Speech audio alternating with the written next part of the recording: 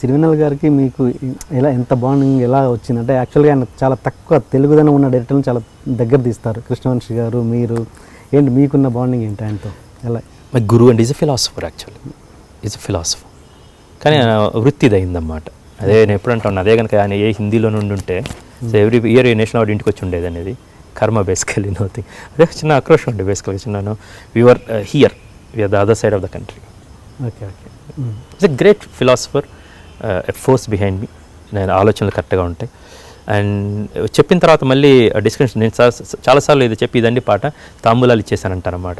తనుగు చావాలి ఇప్పుడు నేను అని దెన్ హీ కమ్స్ విత్ నేను అలా తీస్తాను, ఆయన అలా రాస్తారో తెలియదు. నేను కొన్నిసార్లు సినిమా తీసిన తర్వాత ఆయన పాట రాశారు అన్నమాట, ఒక బ్యాక్గ్రౌండ్ సాంగ్ ప్రతిసారి జరిగింది. ఇది కట్ పేస్ట్ చేస్తే ఎగ్జాక్ట్ షార్ట్కి మ్యాచ్ అయ్యిందండి ఎగ్జాక్ట్గా. ఈసారి చూసినప్పుడు నవ్వుకొని ఇప్పుడు అది ప్రతిసారి జరుగుతుందన్నమాట. ఈసారి చూసుకొని ఇద్దరు మొహం చూసుకుని ఆహా అనుకున్నాం అంతే అండి. ఫస్ట్ టైం హాయ్ గురుగారు ఇది భలే మ్యాచ్ అయింది అనుకునే వాళ్ళం అన్నమాట. సో బట్ ఇది at the same time my dialogue writer and Burra Sai Madhav, extraordinary genius.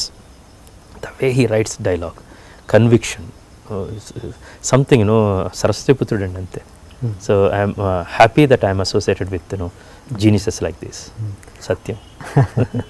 ఆయన ఒకేసారి 2 ప్రాజెక్టులు అంటే ఆయన మెయిన్ రైటర్ కాకపోయినా కూడా ఖైదీ నంబర్ 150 కూడా ఆయన వర్క్ చేశారు. కొంచెం ఏదైనా క్లాష్ జరిగిందా అక్కడ? అతను 150 సినిమాకి చేయగలండి. అవునా?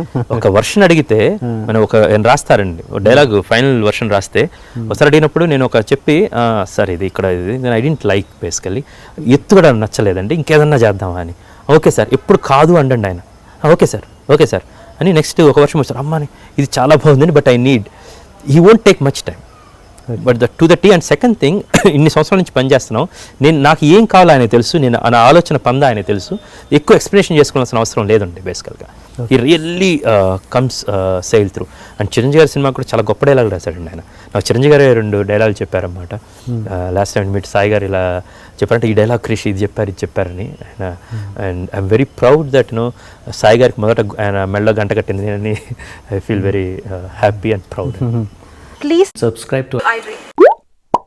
Please subscribe for more videos.